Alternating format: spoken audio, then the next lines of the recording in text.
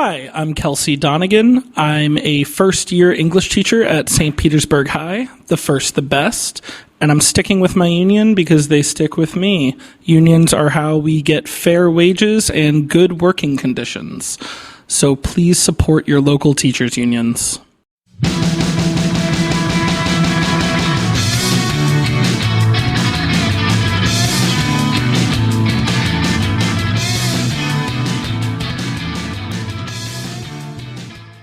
Welcome back to PCTA's FYRE Podcast. As always, I am your lovable, loyal host, Brennan Pickett. I am the FEA Director and Co-Chair of the FYRE Committee, and with me is my best friend and my comrade at arms. Go ahead. I am Philip Belcastro. I am also Co-Chair of the FYRE Committee here at PCTA. And also, I was just reelected to my position by acclamation. It was a hard election, but I did it. So you got it was very tough. I got 3 more years. All right. With us today, we have 2 special guests. One of which I would consider my union dad, and the other you already know them. So go ahead and introduce yourself, guys. I'm Dr. Anna Margiata. I'm a first-year teacher. I teach AP Chemistry and Pre-AP Chemistry. And I'm Lee Bryant. I'm a 28th year teacher. That's why I'm probably his dad. I teach economics, and I've taught a lot of government over the years also.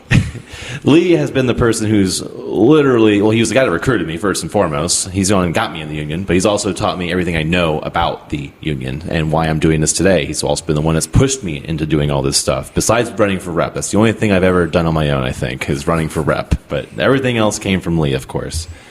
So we're here, and we brought the big guns today because we're talking about something just for our PCTA listeners today, and that is how do we organize. Now, if you know one thing about St. Petersburg High School is that we're the first and the best, first and foremost.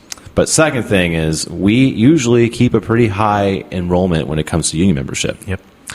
So I want to start by going around the room, right? I want to hear your opinions and your stories here. Why did you ultimately choose to join the union, right? We all have our own reasons, and I kind of want to hear like our own perspectives here. Why did you ultimately decide to join? So I'm going to go from my left, Dr. Adam.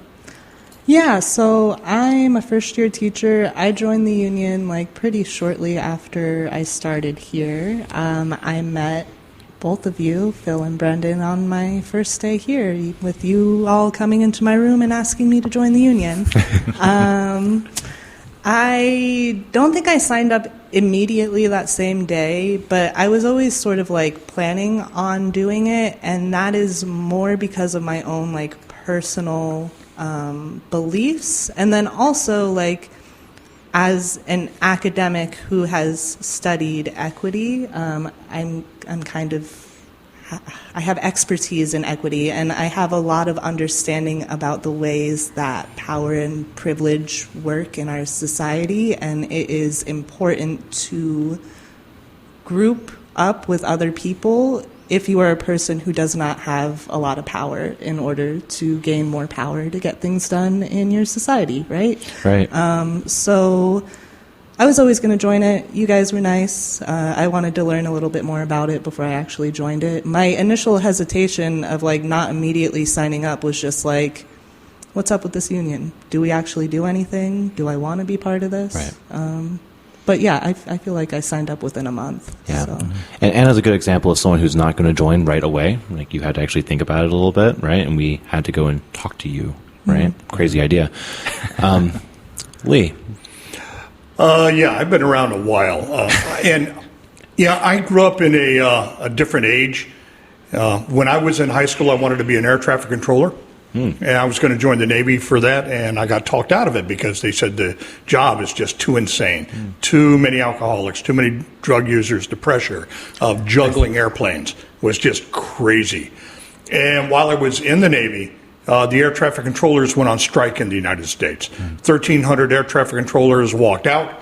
Ronald Reagan ordered them back to work and then started firing. He fired 1,200 of them 2 days later.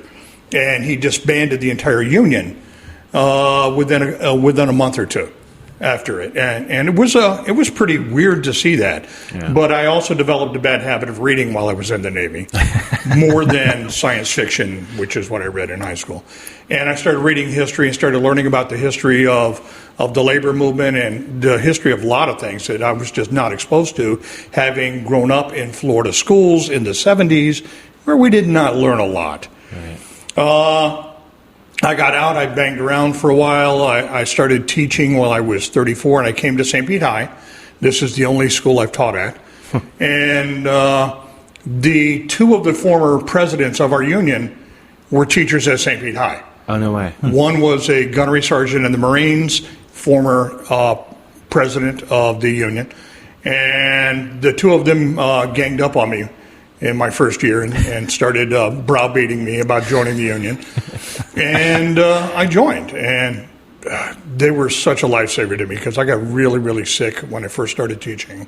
I had a stage 3 cancer, wow. And the union stepped in and just did so much for me to take care of me. I didn't go to the American Cancer Society and get all the help that they offer because I had St. Pete High and the union standing up for me the entire time, and they were so supportive. I mean, meals, working with me to keep my classroom because I had to come to work as often as I could. Wow. But it was really, really important. I think probably helps keep me alive because it was a really tough cancer. And I got active in the union. I didn't get as active as I could be until my mom and dad passed away, right. And then I got much more active and have been ever since. Wow. What kind of cancer is that, Lee? You would not have heard of it. It was probably not. It was stage 3 leiomyosarcoma. Okay, never heard of that. Yeah. I had to go to MD Anderson in Texas for the treatment. That's incredible. Thank you. That's really powerful. It's like almost like a union is an organization of humans helping other humans and like being compassionate for each other, you know? What a concept. Wow. And if we could only figure out how to do that on scale. Yeah. So real quick, Lee, so you're saying if I teach at St. Pete High and join the Space Force, I can come back and become union president? Just follow that trajectory? Absolutely. Wow. Were any of them from New York also? No. Oh, darn it. No. Well, two out of 3 ain't bad. You'll be the first. Yeah, right. Well, no, we've had way too many presidents. I was going to say, there's a lot of union Nothing presidents. personal, Mike or Nancy, but it's time to wrest control of the union away from New York. I like a nice, strong tradition of New York union bosses, you know? See, I meant specifically a New Yorker who was in the Space Force. Oh. Right, yeah. Well, that would be limiting the pool a little bit more. Well, fitting in with St. Pete tradition, I will be the first and the best at that. There we go. There we go. So I joined like pretty much day one because I knew Brennan and we kind of connected on day one, and he was like, "You ever think about joining the union?" I said, "Yes, sign me up," and it was pretty much that quick.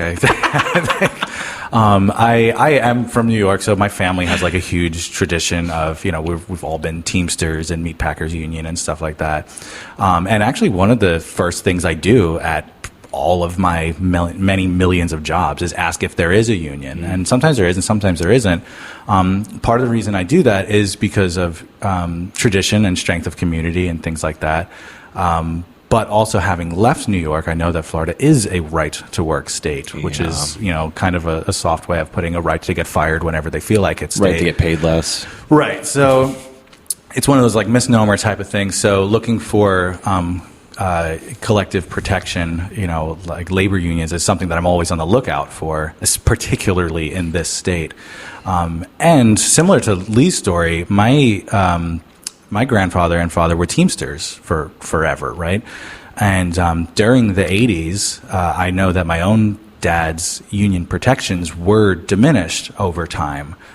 So I know that having a strong union is important because I remember being a kid and being like, we got to go to the dentist, we're losing dental next year, or like we got to go to the eye doctor, we're losing eye protection, next year. So I remember seeing it become less and less and less. And my grandfather, my mom's stepdad, if you've seen the movie The Irishman, he was one of the people that had his pension wiped out by mob bosses.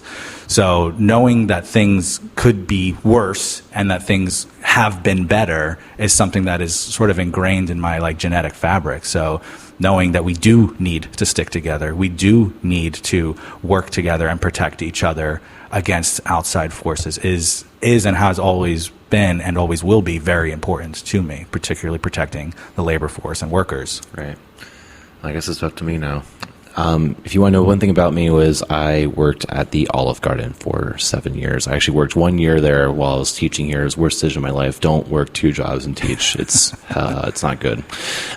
Anyway, I was a bartender at Olive Garden, and I was this bright-eyed 19-year-old who always wanted to tend bar at the Olive Garden because at the time when I started, the bartenders made hourly. They used to get raises, hourly raises. They got tipped, and they got tipped out from the floor. So it was always by like personal. So like I would go up to my bartender, I'm like, hey, here's $10. Take care of me tonight, right? So I thought, whoa, that's like big money. I'm 19. I've never seen more than $100 before. This is gonna be great.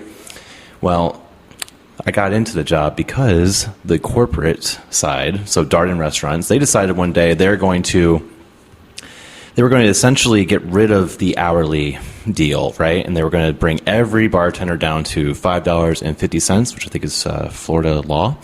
So we had bartenders in my restaurant who have been working there for like 30 years, right? And they were up to like crazy. Like, I think this is like 2011. So they were making like $12, $15 an hour plus tip. Wow. Plus tip out. They were banking, right? They had houses, they had new cars, they were doing great, right? And they actually loved their job. It was a crazy concept of loving your job.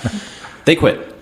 And I got thrown into it. And I watched a bunch of people who've been at this restaurant for decades just up and quit, and got out, got different jobs, right? And there was some that stayed, and I just watched them kind of like more and more hate that place. And I slowly went into there. But what ended up happening was I went to one of them, the older people, Linda, if you're ever listening to this, I love you.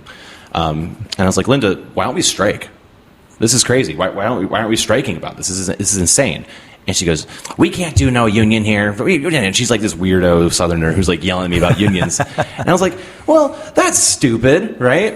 And it always stuck with me. And I started doing more research on what unions are, right? And it's not just striking, obviously, right? There's more than unions than just striking. But what I'm trying to say is when I became a teacher, I immediately went to another teacher and was like, hey, is there a union here? And they're like, yeah. And I was like, okay, cool, yeah.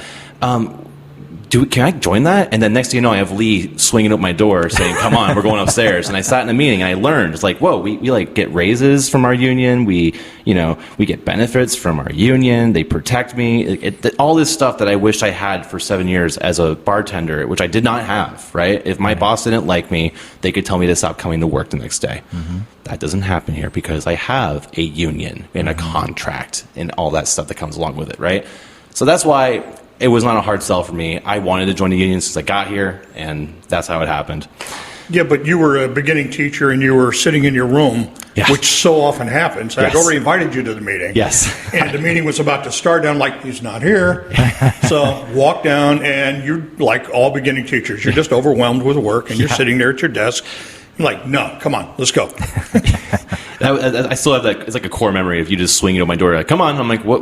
And you're like, there's a meeting. I'm like, okay. And I went up to your room, and you handed me the application. And I was like, he's like, you're like, fill it out. And I filled it out. And I'm like, that's it. And you're like, that's it. I'm like, I'm in the union. You're like, you're in the union. I'm like, okay, cool. This is great. And it's been a party ever since. Mm-hmm. So I like that. Thank you guys. Moving ahead though, I want to look at how do we organize. I'm going to move it to someone else. Well, I just wanted to say, like, what you just described with Lee is, like, an example of being very compassionate, but also being pushy at the same time. Yeah. Why not both? Yeah, no, I mean, like, I think that's a good thing. That's, like, part of it. Like, to get people to join, you have to be, like, really compassionate and listen to them and, like, care about them. Like, you knew he was a first-year teacher sitting there by himself, so you went to him because you cared. And then it's also like, come on, let's do it. Here's the action step that you need to do right now. Mm-hmm. Yeah, well, the school is very different than it was when I first started, where we would, the teacher's lunchroom was packed. Wow. Teachers would be down there just having a good time. There was a nice place. They gave us good food, different from what the students were getting. Yeah. They gave you food? They sold us food, but it was really inexpensive. And There's whiskey. That would be after Card the after games. party. But we had a great time, and they have dumped so much work on so many teachers and upped the expectations of how many minutes you have to invest in the day, that you go to the teacher's lunchroom, there is no teacher's lunchroom. Yeah. Right. Before school, we would be meeting in the teacher's lounge up right around the corner from you, and there would be 12, 15 teachers in there. That's great. We had a teacher who ran a coffee mess in there in the mornings. Nice. We would just have the big old percolator urns of coffee, and we would just hang out. And there is not a lot of that anymore. Okay.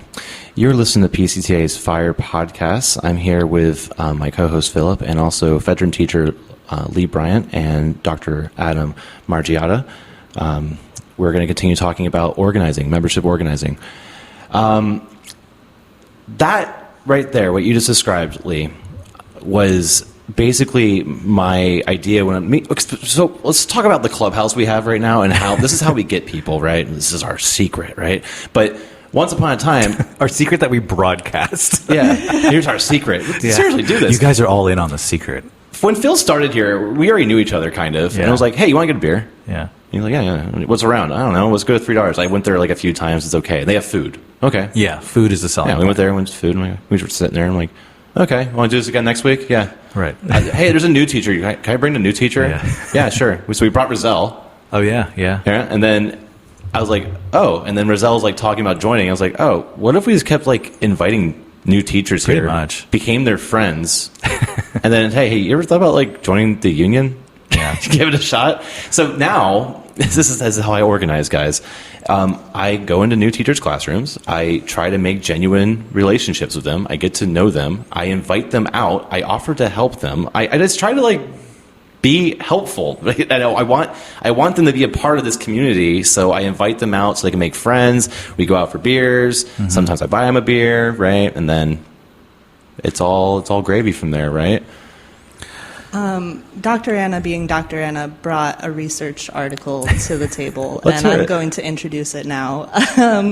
This is by Kelly McElroy, Lessons from the Field, Organizing a Faculty Union in the Era of Janus. Janus referring to the Supreme Court decision. Right. I don't know. I actually don't know what that is. What is that? So it's essentially, it was a 5-4 decision that ended agency fees within public sector unions. And agency fees were the fees that non-members paid to the union to help with bargaining.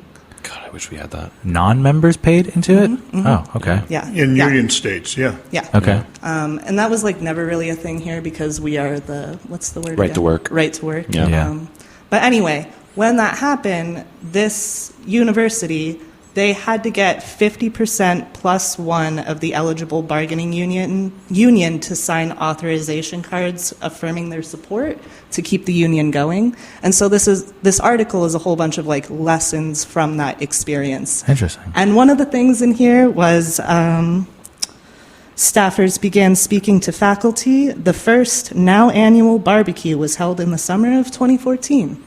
So just like getting people together over food. That's what you're saying. COVID kind of killed this, but one of the things we did with the union back in the day was at least once a year we would have a feast. People from the union would bring in the food. I'd love to cook, so I was grilling chicken and bringing in big pans of chicken, Right. and we would just do chicken and yellow rice and black beans and salads, and that was in my room. We would have the union members bring in food, and once a year at least. And superfan Shannon Vincent had mentioned that we should do membership drives, like a banquet at the Union Hall probably in the future, where it's like, hey, bring a non-member. Everyone's invited, but every member should bring a non-member with them, right? And we've talked also. Jamie kind of instigated this, and we've kicked it around. But us being busy, we never really brought it to fruition of doing like a FYRE type of, a union drive, FYRE, FYRE union drive, of just getting, a brewery to sort of co-sponsor or host us, be like, hey, can we just invite a bunch of Pinellas teachers here? You give us like a one free drink token or something, and you kind of advertise it, we advertise it.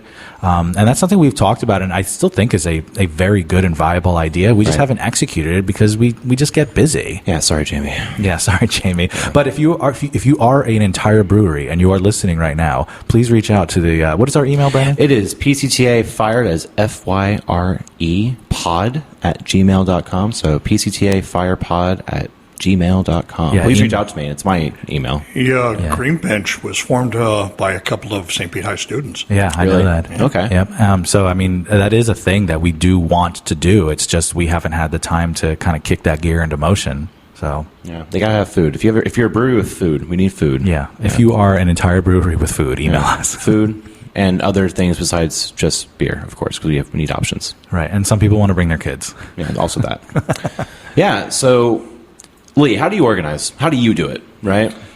Well, like you said, when I started getting in, I had tons of supplies, and when people would come into the school, I would. Fortunately, one of our reps is the person who issues computers and laptops. Hi, Colleen, and she's really good at meeting people and letting us know who's new to the school. Because quite often she'll know who's new to the school before anybody else does, because they got to get their equipment to start teaching. And she'll let me know who it is.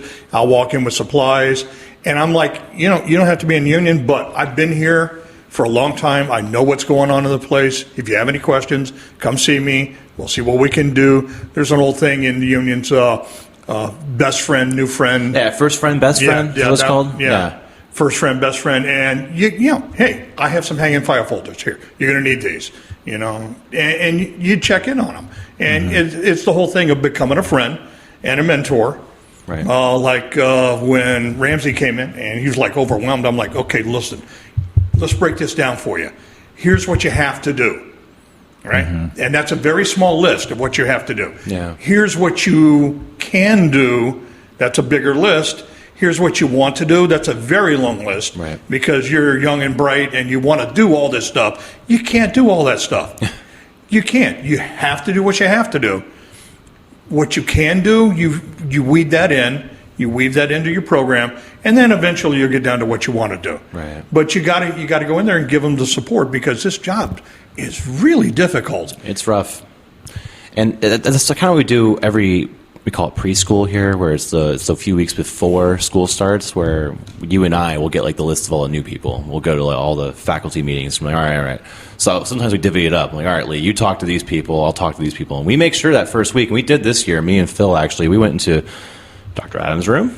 We went into a lot of different teachers' rooms and just introduced ourselves, ask them how their day is going, ask them if they have any questions, and then maybe at the end, if we feel like it, we'll slip in, have you ever thought about joining a union before? Right. Well, but mostly for me, it's, hey, on Fridays, I go out with my friends, and you're invited to hang out with us. Yeah. I mean, it does I think it starts very much on that personal level, and I get why people are hesitant or resistant. I mean, superfan Shannon Vincent even said, the money is like a big issue for a lot of people.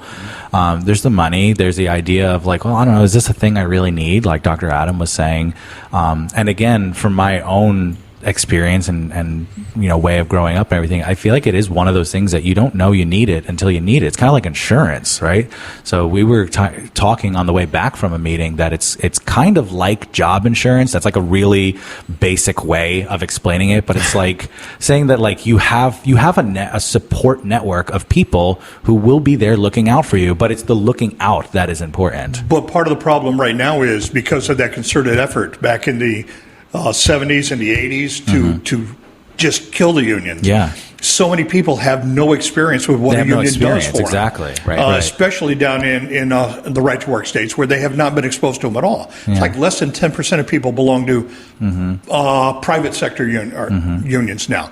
It's like 30% belong to public sector unions, with a lot of us being teachers. Yeah. Right. But the percentage of people in the union is so low that people don't know what unions can do for them. And that's Right. where we really have got to reach out and go, this is what a union does. Right. This is what we can do for you, Yeah. but we have to do it together. Right. And unfortunately, I feel like it's gotten very political lately, where people associate unions with being a Democrat or a progressive. And it's not that at all. No. It's not. It's about workers' rights. Right. And we have very conservative members in our union. We do. And they are out there on the bargaining table with us trying to get the same thing that we all want. It is not a Democrat-Republican kind of thing. It's it's a union. It's a union of workers. We're all in this together. Let's make When I this. joined the Navy, I was a Republican. I had voted for Reagan the first time because, that's what I thought. And then I did the reading, and after I got out, I became an NPA. In Florida, that's no party affiliation. And I was no party affiliation most of my life. Most of my life. I did not want to belong to a party. Right. I just wanted to do what was right.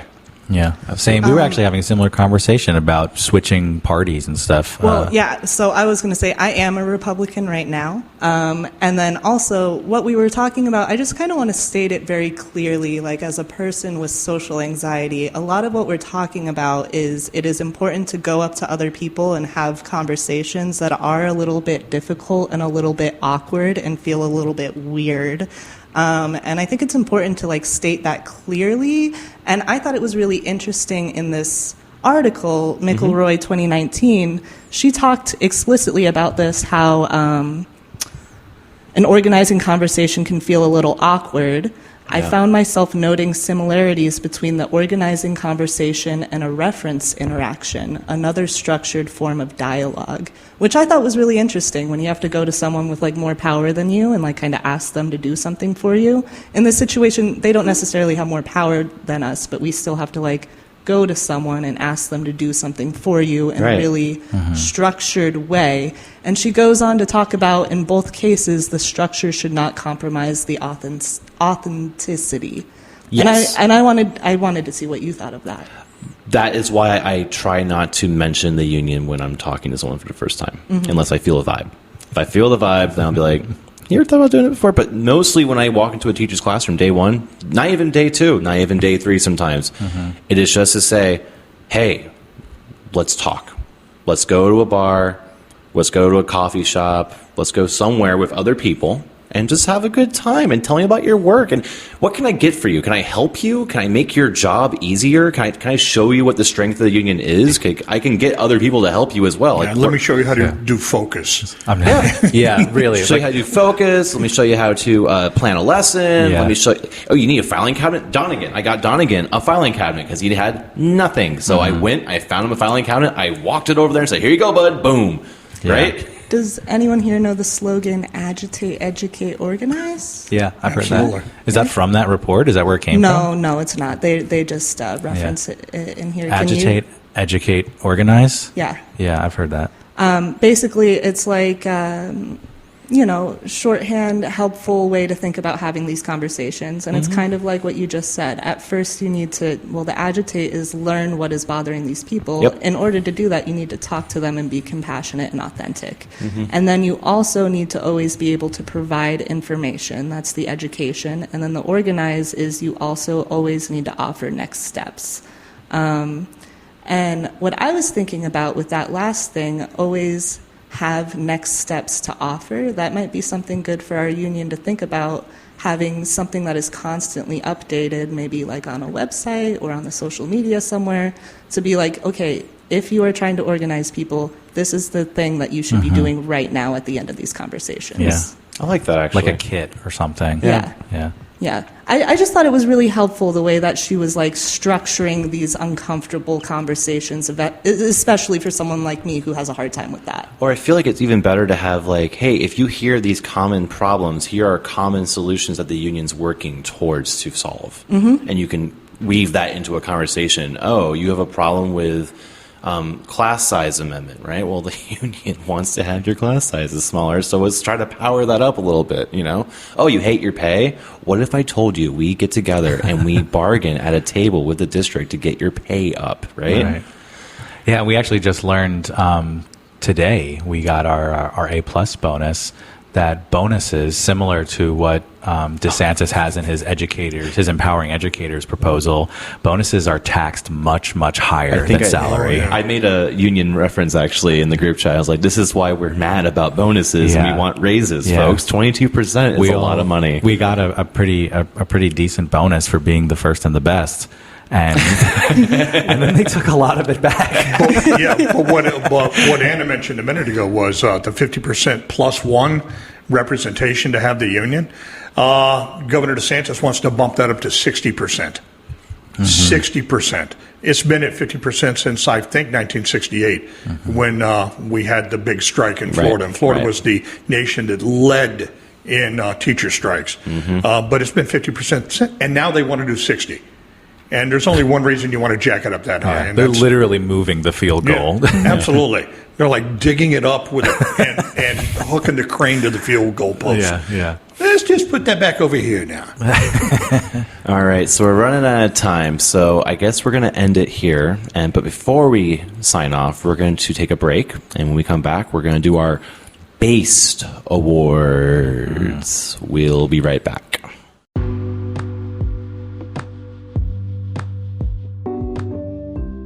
Hey guys, how's it going? It's Brendan Pickett here with an exciting opportunity for all our listeners to get involved. As teachers, we want to hear from you and your experiences in the classroom. Record a voice clip stating your name, your experience as a teacher, and why you love PCTA. Share with us the impact PCTA has had on your career and how it has supported you in your journey as an educator. Your stories can inspire others and showcase the power of unity in the teaching community. Cool rhyme, right? But that's not all. We want everyone to have a chance to make a difference for our public education system. Write to your legislator and have your voice heard. You can find out who your representative is at www.myfloridahouse.gov/find your representative. Your opinions and experiences matter, and together we can create positive change for the future of education in the state of Florida.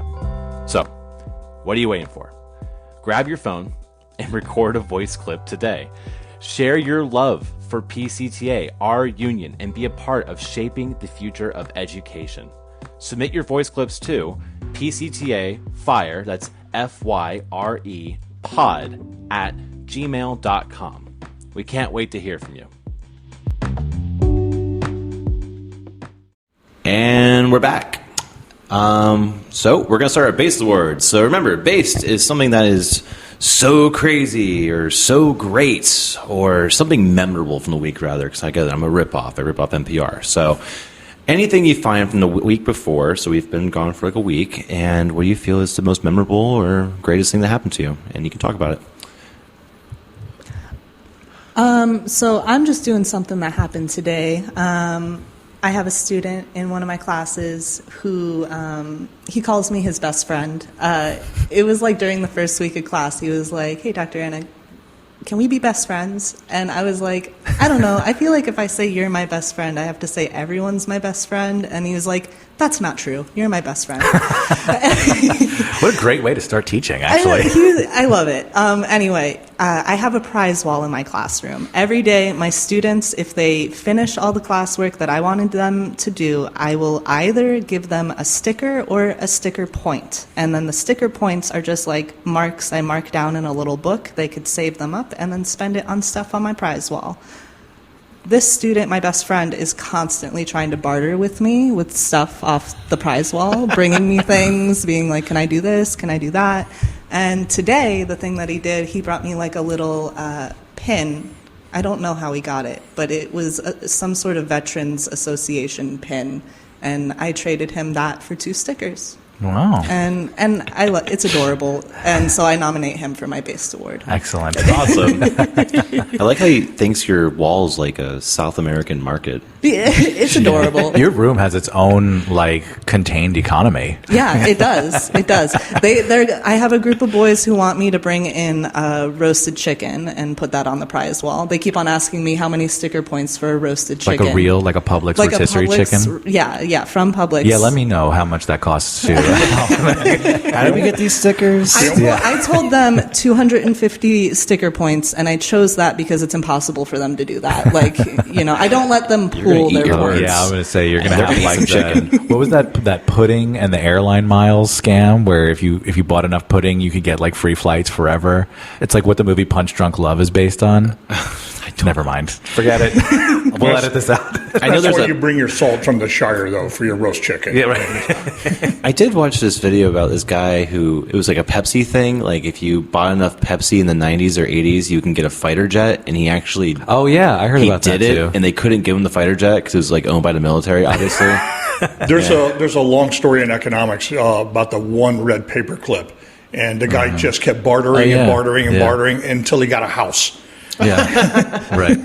I was actually telling a student earlier that I'm going to do that with my teaching certificate that I got in Florida. I'll transfer it to another like easy state like Georgia, and I'll just keep going until eventually I get like a New York like teaching certificate, having done none of the qualifications. Lee, what's your base award for the week? I'm getting real tired of all the experts out there that are the expert of the week on whatever the topic of the week is. I don't know the whole based award things because that's something you young people have. I had different language back in the 70s. Groovy. Yeah, well, I remember when tubular was introduced as a, that's Fab and totally gear. tubular, man. And I'm like, yeah, wow, yeah. Feeling groovy, babe. But I did have a quote because I heard y'all talking about how you think you're Lord of the Rings people. Oh boy. And the fact that you've never read the Silmarillion, if I remember correctly. I've read excerpts. Yeah. Yeah. I'm getting there. Sorry. Yeah, well, eventually. And this has to do with, this could tie in with the union stuff. The world has changed.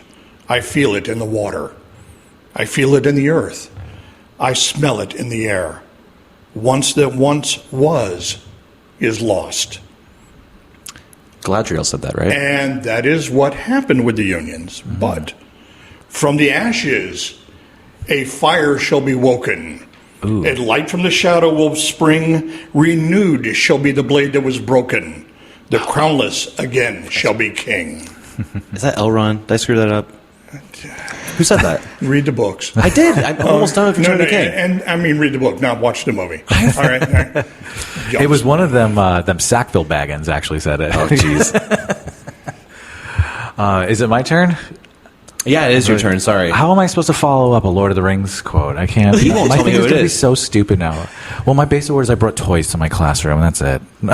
They're cool though. I think your toys are cool. Well, how many? I got a little ring wraith. That's true. I did give Pickett a ring race. So my mom is moving. She's been in the house here in Florida in Orlando for 20 years. And me and my brother, we've accumulated things that we just leave at mom's house. There's musical instruments and, toys and stuff. And when I was younger, I used to collect a lot of action figures and comic books and cards and stuff like that. And I'm not sitting around, contrary to probably what a lot of my students believe, I do not sit around my house just mashing action figures together and zooming planes around. I mean, I say that for the weekends, but...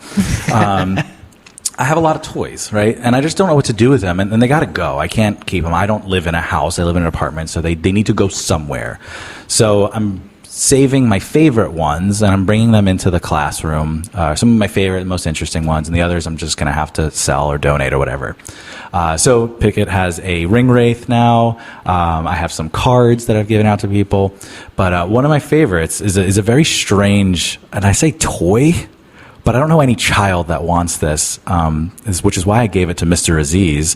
Mr. Aziz is now the proud owner of a 12-inch talking John F. Kennedy action figure. Oh my gosh. That's awesome. That's incredible. Head intact. Yeah. Well, if it'd be talking, the head would have to still be. He does talk. Yeah, so he has like a button on his shirt, and you press it, and he's got these long-winded quotes that just don't stop. And he goes on my mom had it in her kitchen for a while, and she was like, you press the button, and he doesn't just say like, it's not what your country can do for you. He just goes on. It's like full speeches. So it's just a weird thing that I found in like old KB Toys, if anybody remembers that. Yeah. And I was like, what is this and why does it exist? So it exists, and I didn't want to just put it to the trash heap of ephemera. So it's in Mr. Aziz's room right now. He has a tiny JFK. You know, it's appropriate, too, because he replaced Mr. Farias, who was the expert on JFK, 1960s history and all Was that. he? Yeah. Yes, he was. Oh, wow. I didn't know that. So it's appropriate. My base award is lame, but I can't get over that freaking Chinese balloon, dude. Like, I've been thinking about that Chinese spy balloon. Oh, I've been that balloon. thinking about it, like, all week. It's, like, been driving me crazy. It's, like, it's so Well, you know ridiculous. what's funny? The balloon is also thinking about you.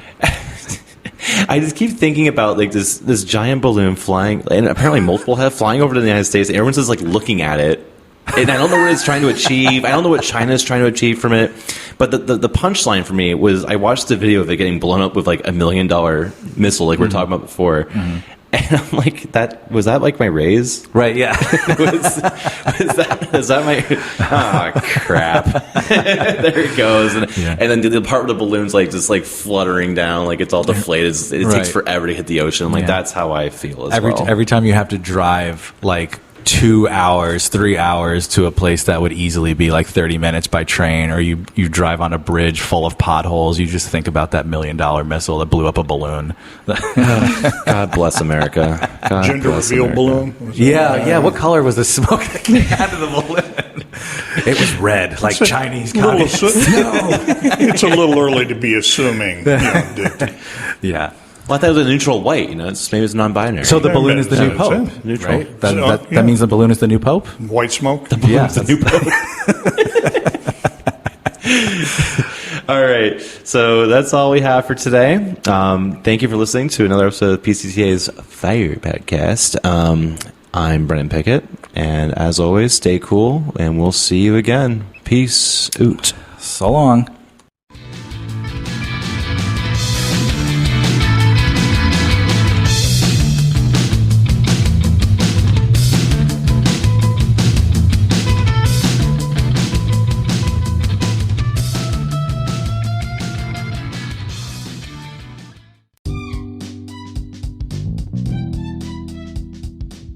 We would like to remind our listeners about two important school board meetings taking place in February. The first meeting is on February 14th at 10 a.m., and the second is on February 28th at 5 p.m. It is essential for teachers, parents, and community members to attend these meetings and voice their support for public education.